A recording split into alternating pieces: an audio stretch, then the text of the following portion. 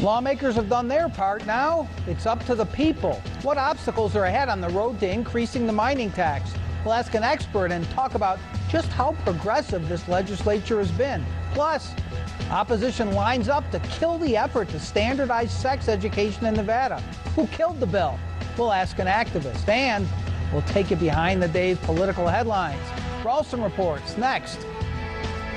And now, Ralston Reports with John Ralston.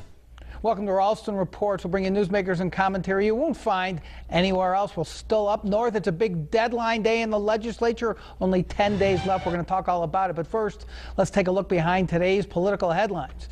You know what they say about politics and strange bedfellows? Strange indeed is the bond that may be forming between the Progressive Leadership Alliance of Nevada and conservative businessman Monty Miller.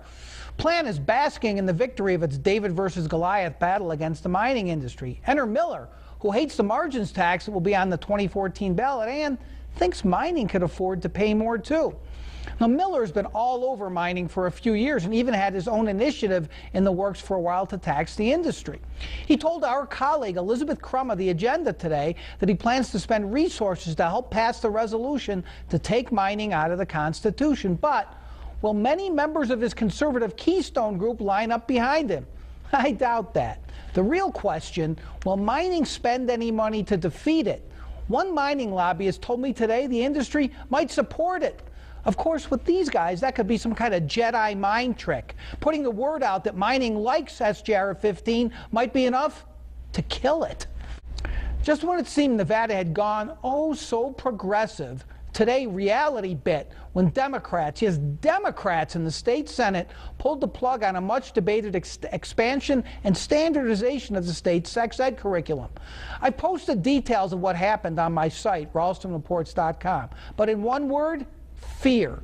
Fear of losing Justin Jones's seat next year and thus the majority. Fear that Majority Leader Mo Dennis's LDS pals might forgive him for voting for gay marriage, but not teaching kids about STDs. Fear of doing the right thing. We'll talk about this a little later in the program with the lead lobbyist for Planned Parenthood, who still is trying to save parts of the bill. Welcome back across Nevada to Ralston Reports. We're up at KRNV in beautiful downtown Reno covering the legislature. In 2013, we'll go down in the books as the year lawmakers reversed 150 years of tradition and cleared the way for a possible hike in the mining tax. It seemed at times like an elusive goal, and now it's in the hands of voters. Is the mining industry likely to pull out all the stops to defeat the measure to remove mining's constitutional tax protections?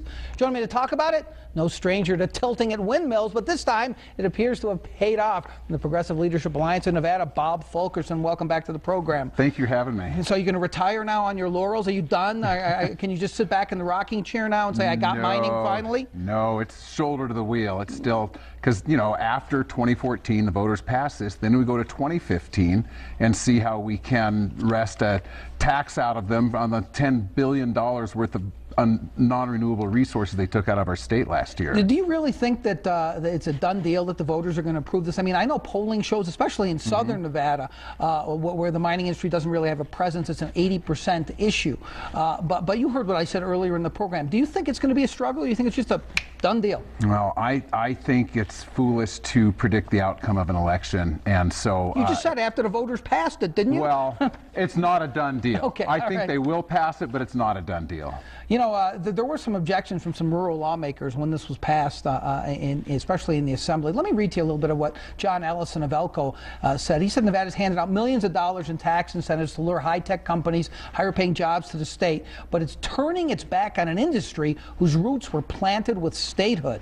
We focus more on enticing new business that we forgot to help the ones that got us here, said Ellison, and his district includes eastern Nevada's lucrative gold mining region. Nevada is the largest gold producer in the U.S. Ellison said mining employs more than 25,000 workers who earn an average salary of $88,000 a year. And while gold may have hit record highs topping $1,600 per ounce, prices have begun to retreat, forcing one company to lay off 125 workers and causing another to cancel a planned expansion, he said. Why do you want to destroy rural Nevada, Mr. Fulkerson? Well, first of all, I love rural Nevada. Second of all, the idea that there's 25,000 people who make an average salary of $88,000 is patently false. There's 10,000 people maybe directly employed by the industry, and yes, their wages are very high. But to say that for all those 25,000 people and the ancillary employees, the auto mechanics and the other people that, are the feed into those employment numbers, that's not true at all. I found the mining industries lobbying on SJR 15, which is taking their tax protection out of the Constitution. In case people don't know, the miners wrote the Constitution. That's how it got in there. That tax was more than doubled inside the Constitution, but more protections were put in for them back in 1989. They claimed to be neutral on this. I thought it was humorous, Mr. Fulkerson, for much of the session. Then suddenly, when they saw it was moving, because they thought they had it killed by scaring the Democrats especially, suddenly they're coming out guns blazing. Why do you think that happened that way? Well, I think because they always like to play an inside job. Their biggest fear is public scrutiny and the idea that somehow the public's going to get wind of what of what a great deal they have. And so if they could go and twist some arms behind the scenes and kill this thing and say, oh, we were neutral all along on it, it's much better for them. They don't engender so much public resentment. I mean, because that hearing, and they did the same thing last session too. Oh, we're neutral on it, and they did it over on the Senate side. And then finally in the Assembly, they came out and it was kind of a disaster for them. I mean, if you remember that hearing, it did not go well for them. What's really important, though, is what the actual outcome is if this passes. The mining industry, and we put up a statement last night, I won't put it up again, essentially says if this passes, that their tax burden is going to be lessened because you take out that tax that was, as I mentioned, more than doubled. Suddenly you can't tax them anymore. There are differing legal opinions on that, but it's very possible they'll say, okay, we're not going to pay these taxes anymore. We don't have to. Right. Well, if that were the case, why did they offer a $50 million bribe to the legislature I heard about that to kill that? Who was the lobbyist that said that? Well, there was a couple of lobbyists who were in a bar talking to William Horn, and then Tim Crowley went and talked to him about it, the head of the mining association. But I don't want to get in a position here of you interviewing me. I'm sorry. So if they're willing to spend $50 million, to kill this thing from the inside so they can avoid a street fight like that, then think of how much they're going to want to spend. You think they'll spend a lot of money to try to defeat this? I don't know if that's a good idea for them. I mean, if they think they can't beat it, maybe they just let it pass and then fight it out in the courts and then in the 2015 legislature. You think that's possible? I think there's way too many people in. I mean, maybe that's what Barrick and Newmont will do, and who basically run the Nevada Mining Association. But there's a lot of other people. Nevada mining is huge. It's not. This monolithic force. So I think a lot of the others will come in and they'll fight this tooth and nail. All right, we're going to take a break. We're going to let Mr. Fulkerson put away his slingshot. We've had enough of the David and Goliath. We're going to talk about other progressive legislation. Plan did pretty well. They said they got 4 of 5 of their main items. What was the one they lost? We're going to talk about that too. Stick around.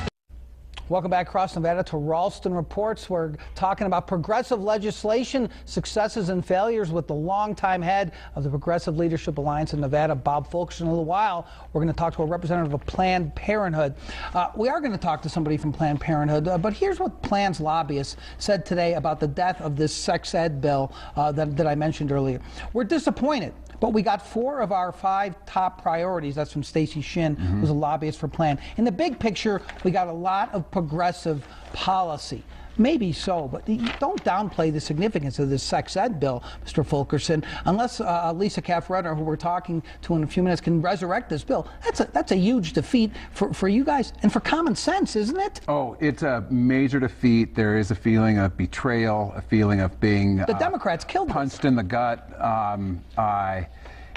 We thought it was going through. We were told it was going through. It was there's no downplaying the sense of disappointment and loss over that. But you have to remember, to be a progressive in Nevada means that you have to be disappointed, and it means you have to make friends with despair. All right, because if we quit and blew up the building every time we lost, we'd be in cinders. So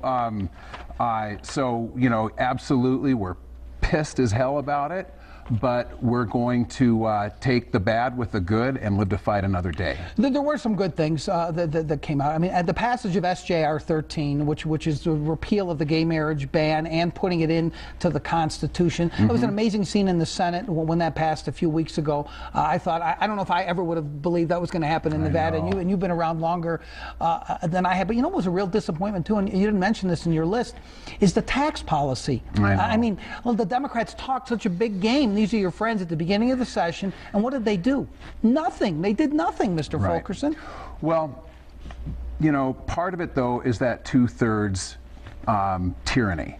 And I think that's idiotic too. I wish it wasn't in the law, but it's there. You got a plan for that, so to speak. Well, you do, and unless you're going to get the 2/3 though, what is this? It's really hard for them to have a vote and put their... They could have gotten 2/3 if they had played it differently. They got mad at Roberson, your best friend now, early in the session for presenting the mining tax, and they never embraced him. He could have gotten some votes maybe for some kind of tax broadening plan instead.